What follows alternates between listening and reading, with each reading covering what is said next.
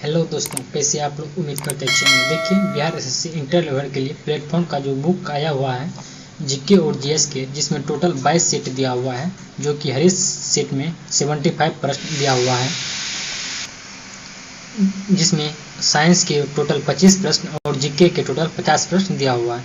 देखिए, इससे पहले हम जो 12 सेट कंप्लीट करा दिए हैं, अगर आप अभी तक आप उस सभी सेट को नहीं देखे हैं तो प्लेलिस्ट में जाके सभी सेट को देख सकते हैं। आज हम सेट नंबर 13 देखेंगे। अगर आप चैनल पहली बार आएंगे तो चैनल को सब्सक्राइब कीजिए, वीडियो अच्छा लगे तो लाइक कीजिएगा, किसी प्रकार की दिक्कत है कमेंट में जरूर बताइएगा। अगर आप इस सेट का पीडीएफ लेना चाहते हैं तो आप हमारे टेलीग्राम ग्रुप को जरूर ज्वाइन कीजिए।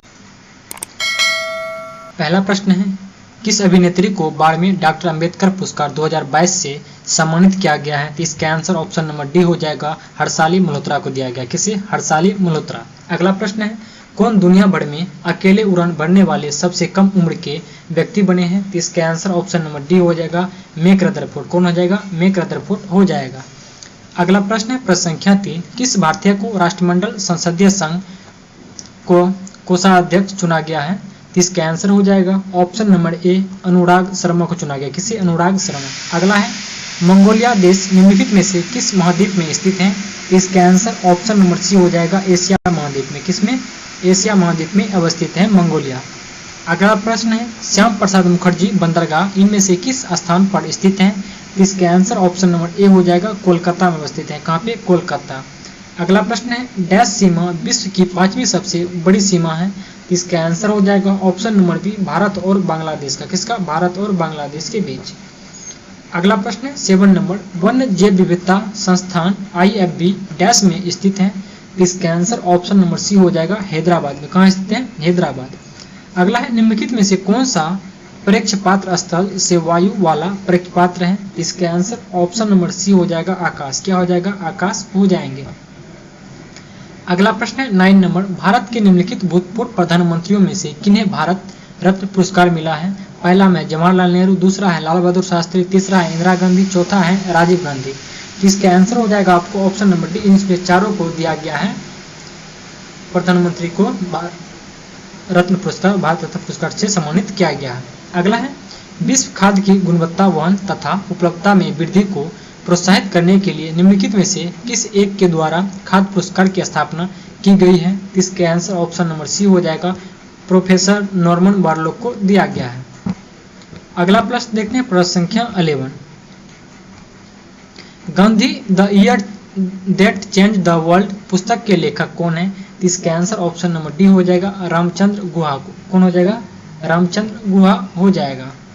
अगला प्रश्न देखते हैं, प्रश्न संख्या 12, उस खिलाड़ी का नाम बताएं जिसने एक दिवसीय क्रिकेट में अधिकतम शतक बनाए हैं? इसका आंसर हो जाएगा आपको option number B, Sachin Tendulkar. कौन हो जाएंगे? सचिन तेंदुलकर हो जाएंगे। अगला है, प्रधानमंत्री नरेंद्र मोदी ने PM श्री योजना की घोषणा की है, यह किससे संबंधित है? इसका आंसर आपको हो जाएगा ऑप्शन नंबर डी, स्कूल से संबंधित है। किससे? स्कूल से संबंधित है।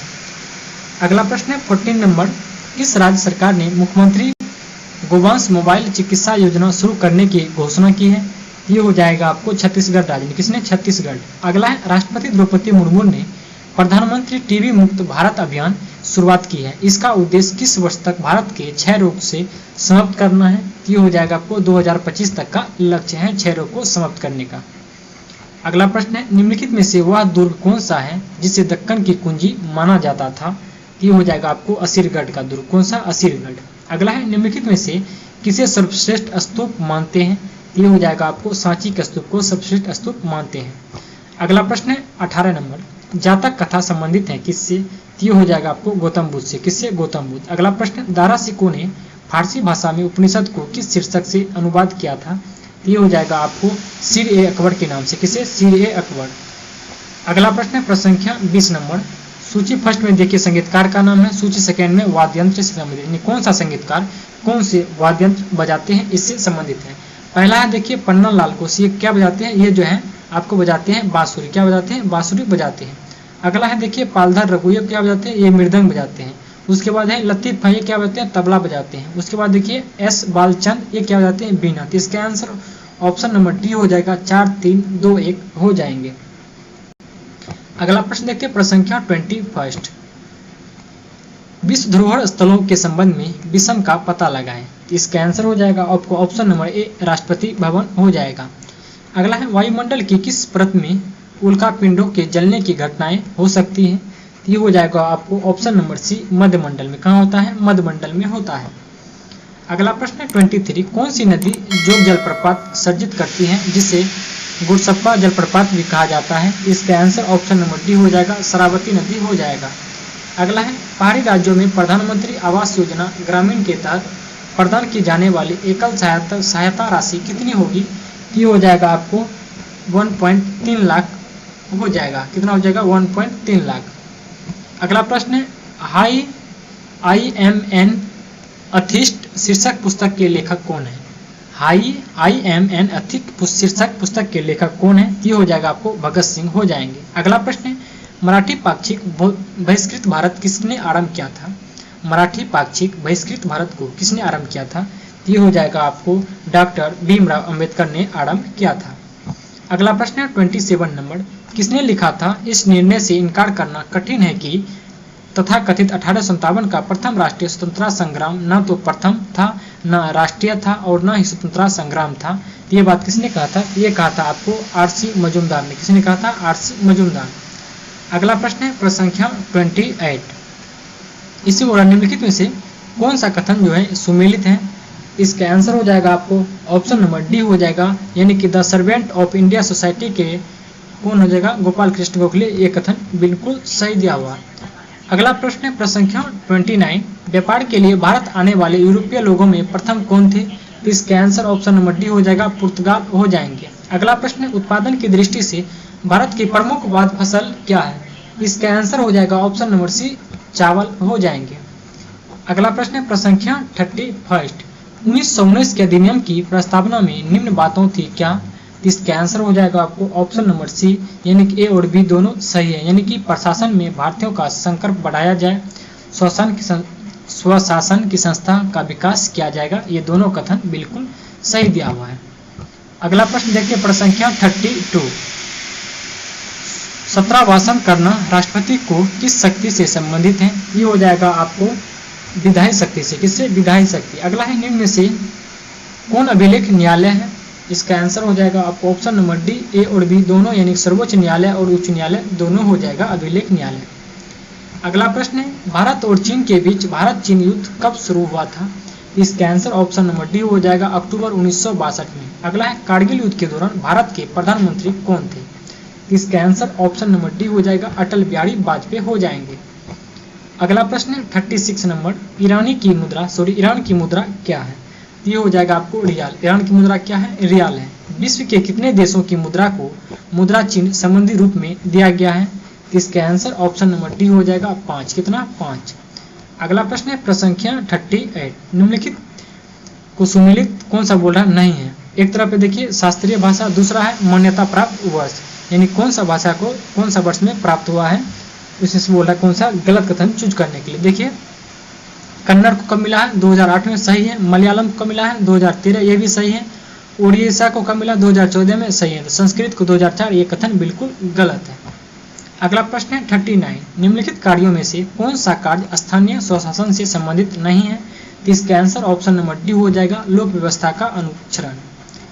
अगला प्रश्न है 40 नंबर, निम्नलिखित में से कौन सा एक पंचायतों से संबंधित नहीं है? इसका आंसर ऑप्शन नंबर बी हो जाएगा संविधान संशोधन अधिनियम 74वां, ये पंचायतों से संबंधित नहीं है। अगला प्रश्न है 41, भारत के संविधान के अनुच्छेद 243 ख के अधीन कौन सी स्वशासित संस्था की स्थापना की गई है? ये हो जाएगा आपको पंचायत का। किसका? पंचायत। अगला है प्लानिंग एंड द पुअर पुस्तक के लेखक कौन है? प्लानिंग एंड द पुअर पुस्तक के लेखक कौन है? ये हो जाएगा आपको option number D, DS Minhas हो जाएंगे। अगला प्रश्न देखते हैं प्रश्न संख्या 43, अटल पेंशन योजना के संबंध में निम्नलिखित कथनों में से कौन सा कथन सही है? पहला कथन है यह एक न्यूनतम गारंटी युक्त पेंशन योजना है जो मुख्य रूप से असंगठित क्षेत्र के मजदूरों को लक्ष्य बनाती है। दूसरा कथन है परिवार का केवल एक ही व्यक्ति इस योजना में शामिल हो सकता है। तीसरा कथन है अभिदाता की मृत्यु के बाद जीवन साथी को आजीवन पेंशन समान राशि में गारंटी रहती है। तो इसका आंसर आपको ऑप्शन नंबर सी हो जाएगा, यानी एक और तीसरा कथन सही दिया हुआ है।